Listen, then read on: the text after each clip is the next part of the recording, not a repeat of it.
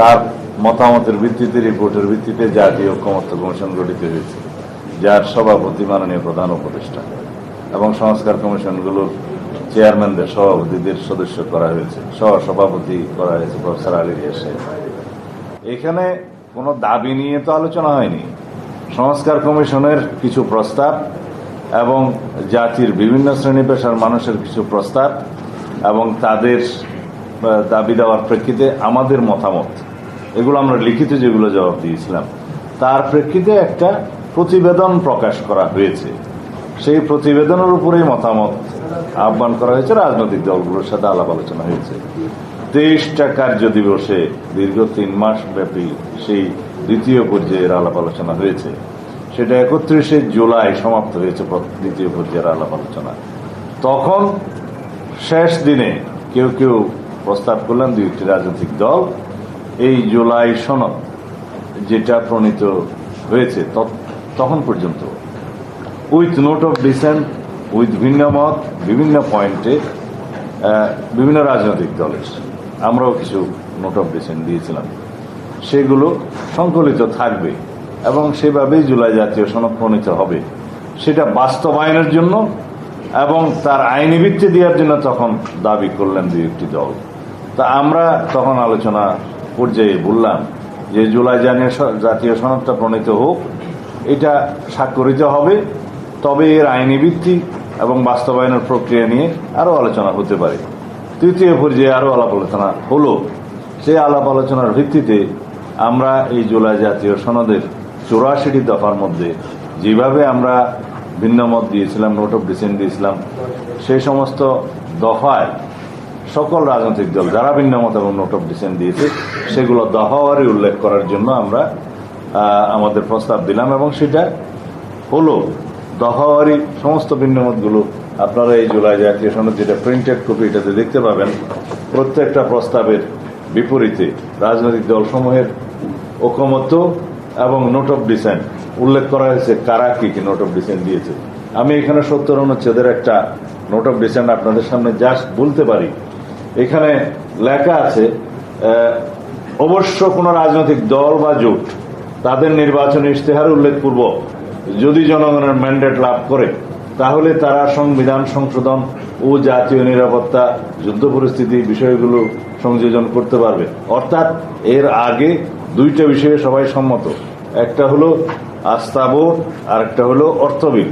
এই 2 বিষয়ে সবাই সম্মত, কিন্তু কেউ কেউ সংবিধান সংশোধনের বিষয়টি 70 অনুচ্ছেদে এমপিদের স্বাধীনতার বাইরে রাখতে চেয়েছেন, আমরাও চেয়েছি। এবং তার সাথে আমরা বলেছি রাষ্ট্রে যদি কোনো সময় যুদ্ধ পরিস্থিতির মতো অবস্থা হয় সেই ক্ষেত্রেও এমপিরা যেন দলের পক্ষেই ভোট দেন। তো এই 2টো বিষয় এখানে বলা আছে। যদি আমরা নির্বাচন ইশতেহার উল্লেখ করি, জনগণ আমাদের পক্ষে রায় দেয়, তখন আমরা এটা ভাবে নেব। এবং সেখানে পরিষ্কারভাবে বলা আছে যে অবশ্য কোনো রাজনৈতিক দল বা জোট তাদের নির্বাচন ইশতেহার উল্লেখপূর্বক যদি জনগণের ম্যান্ডেট লাভ করে তাহলে তারা সেই মতো ব্যবস্থা গ্রহণ করতে পারবে। এটাই তো জুলাই জাতীয় সনদ। এবং এখানে যে সমস্ত প্রস্তাবের, সংস্কার কমিশন এবং অন্যদের প্রস্তাবের বিপরীতে এগুলো লেখা হয়েছে, সেখানে নোট অফ ডিসেন্ট শুধু আমরা দেইনি, আপনারা এই দলিলগুলো আপনারা দয়া করে পড়ে দেখবেন যে এখানে বিভিন্ন দল বিভিন্ন দফায় বিভিন্ন রকমের নোট অফ ডিসেন্ট দিয়েছে, সেটা এইভাবেই উল্লেখ করা আছে এবং দফাওয়ার এই কথাগুলোই আছে। তা এখন আমাদের প্রশ্ন হলো, জুলাই জাতীয় সনদ বাস্তবায়নের জন্য কি এই সনদটা অন্তর্ভুক্ত করা উচিত ছিল না জাতীয় ঐকমত্য কমিশনের সুপারিশে? কিন্তু তারা এই ডান পাশের সমস্ত মতামত ওমিট করে গিয়েছে, বাদ দিয়ে দিয়েছে। শুধু তাদের প্রস্তাবগুলো উপরে তারা একটা তফসিল রচনা করেছেন। তফসিল 1, বিকল্প প্রস্তাব 1-এও তফসিল 1, বিকল্প প্রস্তাব 2-এও তফসিল 1, 48টা দফা দিয়ে সেই তফসিল করা হয়েছে। বলা হয়েছে এই 48টা দফার উপরেই গণভোট হবে। এখানে কে কি মতামত দিল, কিভাবে সনদে উল্লেখ করা হলো, কিভাবে সম্মত হলো, কিছুই উল্লেখ করা হয়নি। এবং বলা হয়েছে বিল আকারে এটা উপস্থাপন করা হবে। বিল কারা করতে পারে? বিল জাতীয় সংসদের এখতিয়ার। নির্বাচিত জাতীয় সংসদ বিল আকারে আইনের আগে উত্থাপিত হয়। সেই bill first reading, second reading, third reading এর পরে, জনমত যাচাইয়ের পরে, স্থায়ী কমিটিতে আলোচনা করার পরে সেই বিলটা গৃহীত হলে সেটা আইনে পরিণত হয়। সেই আইনে স্পিকার দস্তখত করে রাষ্ট্রপতির কাছে দিবেন, রাষ্ট্রপতি সই করলে সেটা আইনে পরিণত হবেন। এখন বিলটাকে বলা হচ্ছে যে জাতীয় সংবিধান সংস্কার পরিষদের বিবেচনার জন্য। এইরকম আইডিয়া তো আমরা কখনো শুনিনি। আর যদি সংবিধান সংস্কার পরিষদ নামে কোনো বডি সংগঠন করতে হয় বা সেটার অনুমোদন নিতে হয়, সেটা অবশ্যই জাতীয় সংসদের মধ্যেই সিদ্ধান্ত নিতে হবে। তা এখন এই সমস্ত আলোচনা তো আমাদের সাথে হয়নি। হঠাৎ করে সংবিধান সংস্কার পরিষদ গঠনের যে প্রস্তাবটা দেয়া হলো এবং সেটা কারা দিল, কিভাবে দিল, সুপারিশে কিভাবে আসলো, তাইলে জাতীয় সংসদ নির্বাচন অনুষ্ঠিত হবে নাকি সংবিধান সংস্কার পরিষদ নির্বাচন অনুষ্ঠিত হবে? সেই এখতিয়ার তো নির্বাচন কমিশনের নাই, সংবিধান অনুসারে নাই। দুইটাই এখতিয়ার, একটা জাতীয় সংসদ নির্বাচনের ক্ষমতা আর একটা রাষ্ট্রপতি নির্বাচনের ক্ষমতা সংবিধানে নির্বাচন কমিশনকে দেয়া হয়েছে।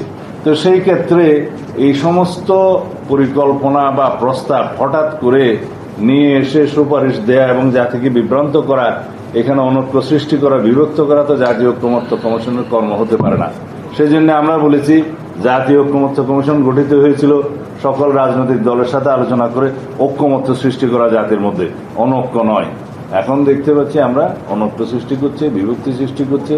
সেটার কোনো উদ্দেশ্য আছে কিনা আমরা জানি না। তা আমরা আশা করি সংবিধানের বিভিন্ন সুস্পষ্ট নির্দেশনা অনুসারে জাতীয় ঐক্যমত্য কমিশনের গৃহীত সকল ঐক্যমতের ভিত্তিতে সকল সনদ যেটা গঠিত হয়েছে প্রস্তাব অনুসারে আমরা যেভাবে সম্মত হয়েছি সেইভাবেই আমরা এই জাতীয় জুলাই সনদ বাস্তবায়নের জন্য অঙ্গীকার আবদ্ধ। জাতীয় সংসদ নির্বাচনের পরে সেটা পূর্ণাঙ্গভাবে আইনি রূপ পাবে, সংবিধান অন্তর্ভুক্ত হবে। এই লক্ষ্যে আমরা সবাই কাজ করার জন্য সরকারকে, জাতীয় ঐক্যমত্য কমিশনকে এবং সকল রাজনৈতিক দলের প্রতি আহ্বান জানাচ্ছি।